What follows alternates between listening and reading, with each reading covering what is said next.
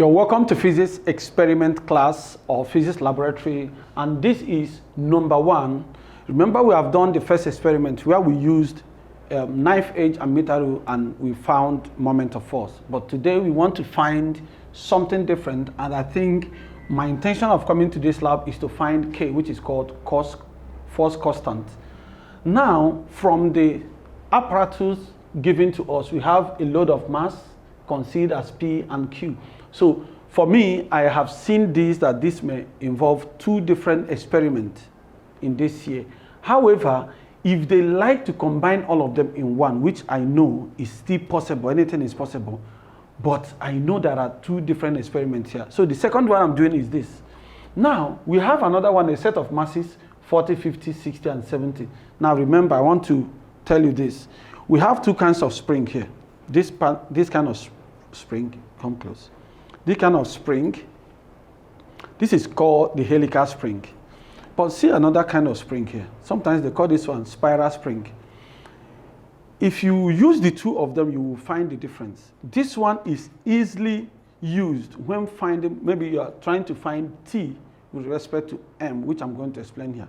But for this one, it is going to be a little difficult because its oscillation is not as smooth as the other oscillation. See the way it's doing.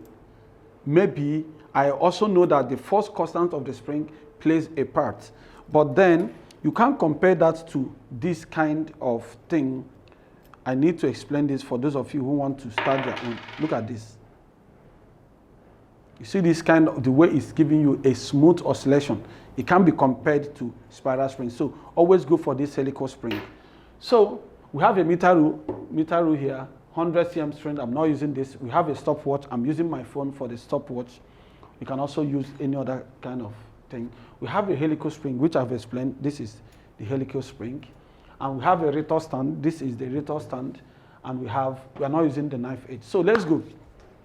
Now, the essence of this experiment is I can do this. I can ask that we place our meter rule here. Then, even though they didn't ask for pointer, I will still ask you to use your pointer if you are interested. This is what to be able to find, because see, for WAEC to be able to mark this, you must have the same or value that WAEC will use to mark you. When they are marking your graph, they want to know if truly you found the right answer. So they will ask you to find your extension E, L, maybe L1 minus L0, which they will use to judge you based on the mass given here. From weight equal to mg, also force can be mg, because weight and force are the same thing because it is acting vertically downward. It's acting vertically downward. Now, for that reason, we say that force is equal to Ke. You know what is Ke? Ke is the constant of force constant. That means how strong a spring is. Look at this one, it's not that strong. So that force constant, which is given as K, is a measure of how strong a spring is, how it can carry big or small mass. So that is called force constant. Now, extension is when I allow this particular spring right now, you see the length. I can quickly measure the length here. I'm avoiding parallax error, remember? I'm avoiding parallax error here, remember?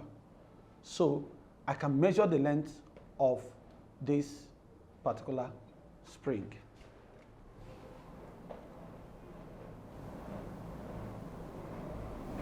(56 to 63).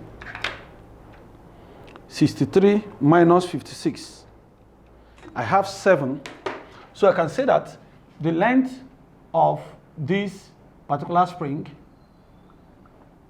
is 7 cm.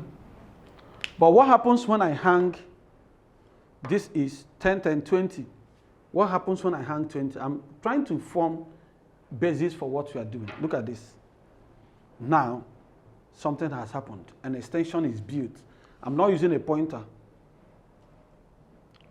It's still 556. This is 77. So 77 minus 56, 21.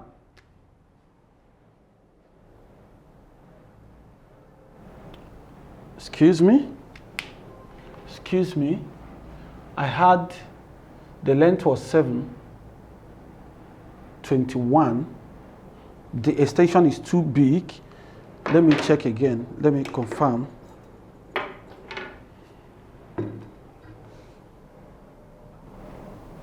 $63. Okay.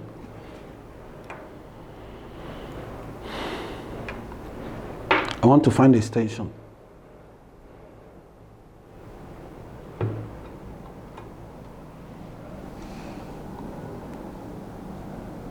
$69. Okay.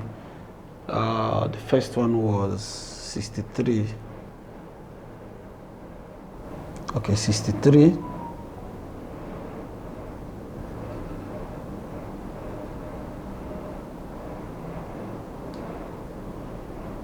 $69. So the extension is 3. So 69 minus 63, which is 3 cm. So extension is 3 cm. So for that reason, that is under mass 10 gram. Remember, according to Hooke's law, force, which is mg, must be equal to ke. So I can find the k, the force constant here. Mass is 10, which is 10 divided by 1,000 to convert it to kilogram, multiplied by acceleration due to gravity is equal to, I do not know k, times E, extension is 3 divided by 100. All right, so if this is done, I can cancel 2 zeros here, I can cancel 2 zeros here, I can cancel 1 0, I can cancel 1 0. So I have that k is equal to 10 divided by 3, which is 3.3. This is going to be Newton per meter. So the force constant, K, is 3.3. I have determined my force constant. Now, what I am going to perform right now is this. I'm going to say that I have gotten my K to be 3.3 Newton per meter. Now, see what I want to do. T is equal to 2 pi m over K.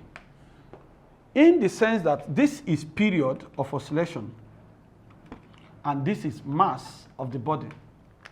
That is what I'm going to do. So let's take it one before the other. So I say from the setup above, the suspended mass, which is this mass, is set into vertical oscillation, and the time t for 10 complete oscillation is measured and recorded.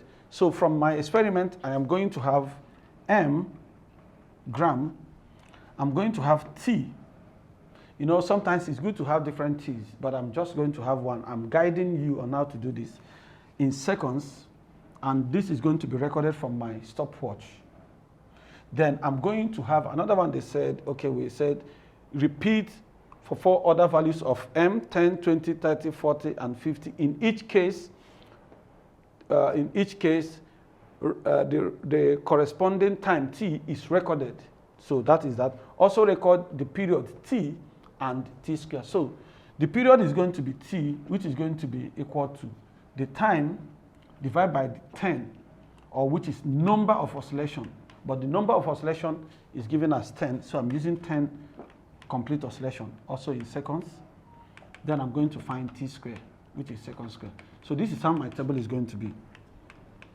So, but then, before, Wassce is going to ask you, read and record the K, the value of the spring, the force constant.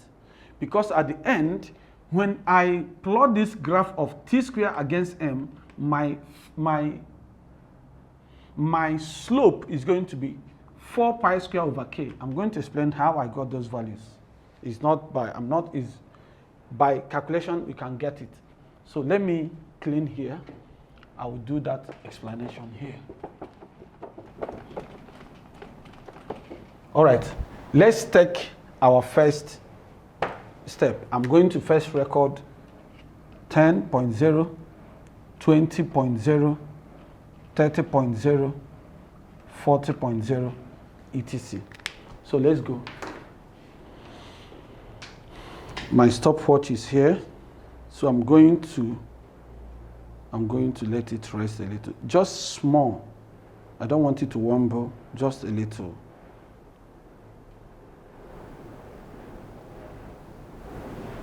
All right. 1, 2, 3, 4, 5, 6, 7, 8, 9, 10. 7.11. So under 10, I have 7.11 seconds. So the next thing is load it 20. All right. Remember, if you are buying your spring, buy the one that can carry maybe bigger masses like 40, 50, 60, and 80. But these ones, I am using small mass because of the strength of my helical spring. So I'm going again.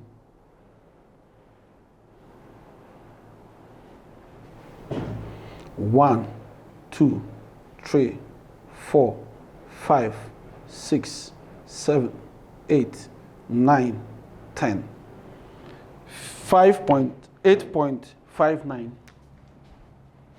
8.59. So you see, is obeying this principle. The principle says this. It says that T is equal to 2 pi m all over k.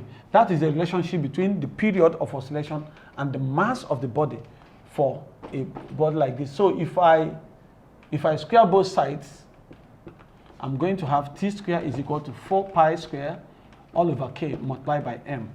So look at the m here, all right? That is why I'm going to plot a graph of T square against m.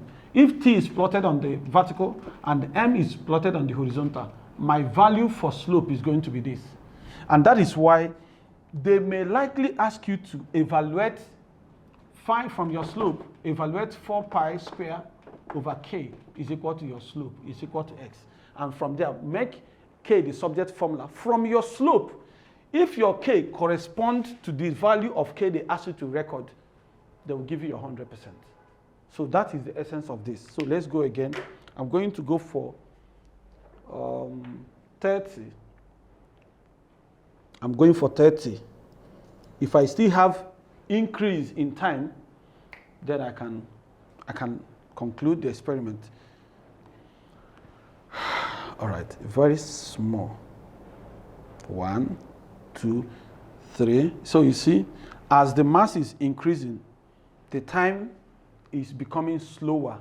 You know, it's not becoming too fast. When it was 10 gram, it was very fast, 7 seconds. It's 20, the time is becoming, so it's going to be very slow in its oscillation. Slower because length is also affecting it, length of the spring and the mass. Let's go. 1, 2, 3, 4, 5, 6, 7, 8, 9, 10. You see, 9.98. So I'm stopping here. 9.98. So with this, I can continue, and I can also do, I can also use this formula right now to fill in this value. I can manipulate them mathematically.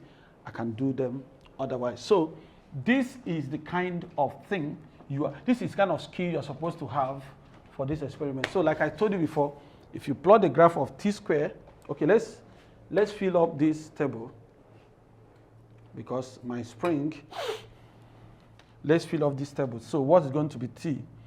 7.11 divided 10, 7.11 divided 10, divide by 10, which is, all right, 0.711. So 8.59, okay, it's just going to be 0.859. This divided by 10 is going to be 0.998.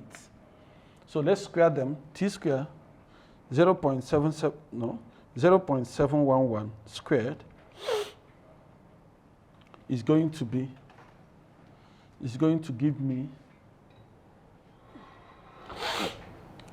give me, I will go for 4 decimal places, 0.50554.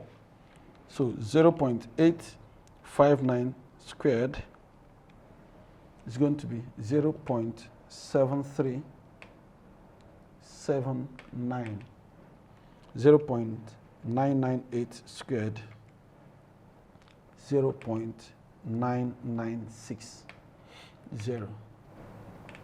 All right, these are the values. So let me look at if I can complete this. I already have t squared for this. Okay, when the mass, okay, look at the formula here. When the mass is, I have t squared, t, okay, it's very easy to do actually. I can have my t square right now. I say t square is equal to 4 pi square all over k multiplied by m. So I know what my k is here already. Let me check something. I have that 4 times 3.1, 4 times 3.142 squared, because pi is 3.142 squared, divide by 3.3. Remember 3.3 was my k. So everything here, t squared is equal to 11.97 multiplied by m. So this is my slope. If I plot this graph, I'm supposed to have 11.97. So I can always know what I'm going to get even before plotting the graph from the mathematical angle. So from here right now, I can be changing this value. I know this value already. I can do it for 40. I already know this one for 40. So I'm not just going to use 40 because I'm using SI units. I'm going to say 40 divided by 1,000. I need to convert it to, which is going to be 0.04. I need to convert it to kilogram. So in that case, I'll have, I don't know t. I can just say t square is unknown. I have 11.97 multiplied by this, which is 0.04. Let me find out, times 0.04. So this is actually a mathematical value. I'm having, this is, wait. All right, if I'm looking at this time, the time is increasing, which is true. The time is increasing, which is true. Okay, this one is also increasing. So let's leave it here, but maybe in another video we are going to show you how to manipulate this and find a cheat on how to find this. But that will be the next video. Thank you for being part of this class. Always hit the subscribe button, like this video, and share. If there is any question, the comment section is there. Make use of it, and have a nice day. Bye.